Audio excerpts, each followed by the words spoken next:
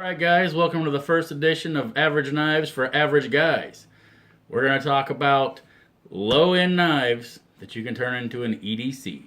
Now, a disclaimer, if you're looking for knives for reviews, for Benchmades, or for any knife over $30, you're going to need to go somewhere else. We're just average guys who can't afford big-end knives, so I'm going to show you how to make cheap knives, awesome knives. Here we go. The first up is the Femme Fatale. Now, I got this little knife from Dixieland Sales here in Huntsville. And everything you see, so this price right here is half off at Dixieland. So this was like a $6 knife. And it's assisted. You can see that there. Blade shape is okay. Now it's a Chinese knife, so you're thinking this is going to be junk. Pocket clip's going to be moving like it does here. You can see that. You know, it's got an aluminum handle. You know, most of the screws, people say, oh, well, it's going to fall out or you're going to lose part of this. But I'm going to show you how an easy trip can turn this into a nice knife. If you head down to your local Dollar Tree, not the Dollar General, not Dollar Store, but Dollar Tree, you can buy super glue. Buy the 2-pack for $1 a piece. And this one tube of super glue will do just about every knife you own. So what we're going to do first is we're going to take this clip off right here. Can you? Using our trusty Leatherman, which is probably the most expensive thing you're ever going to see. And this was a gift.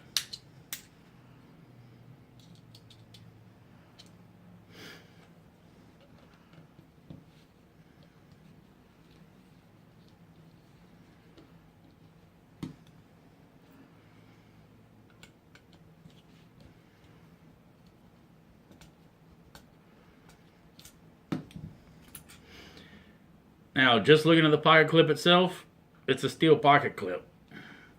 That's actually pretty decent for a cheap knife. I wasn't expecting that. And it's got a cute little heart in it, so you can get this for your girlfriend after you fix it up. So what you want to do is take just a little bit and use the gel, because if you use the liquid stuff, it's going to run everywhere, get all over you. The gel is a lot easier to work with. You just put a little dab on there, take that dab, wrap it around a couple of threads. Set your clip back in place. Throw the first one back down in there. Eventually.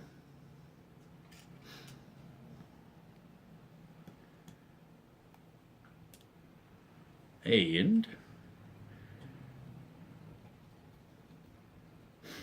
get it in there, line up the hole for the next screw. Get a handy dandy napkin. Wipe off any of that excess so it doesn't dry, because when it does dry it will be white. Remember not to glue your fingers together. That has happened endless amounts of time to me, but it's always worth it in the end. And if you put your screws on a blanket, or you're less likely to fall off and lose them, which I'm guilty of doing a lot. So we just put a little bit of that on there. Put that last little screw.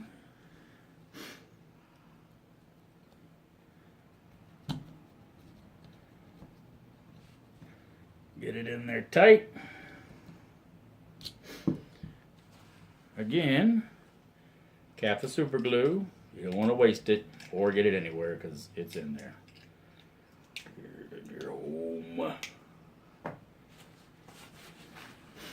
Wipe off the excess again. Let it sit for just a second, and no wobbles. That fixes that problem. Now that pocket clip is a nice tight pocket clip. It's not going to come out of there. I also recommend that you do it with these on the outer shell of the knife handles. Once you pop those out, little dab, put them right back in, they'll never come out. That's one thing that cheap Chinese are bad about, is that these screws, once coming in and out of your pocket every day, or if you've got an assisted knife, so flipping it, just that little gyration there is going to allow that screw to come out. And that's what happens to a lot of cheap knives. But these, decently shaped knives. It's got a thick steel here. A lot of knives you get, it's going to be just as thin as the blade. And those knives aren't going to be good for anything. Now, with any knife, you shouldn't pry with it. But everybody knows we're going to. You're going to use your knife to pick something up to help you work with a little tool, or you're going to use it as a screwdriver, or, you know, any number of things, because a knife is basically a tool. You know, it can be a weapon when you need it to be a weapon, but for the most part, it's a tool. Now, this was the Femme Fatale from Dixieland Sales. Let's move on to another knife. We'll set that right there. Behind the Gerber, or Leatherman.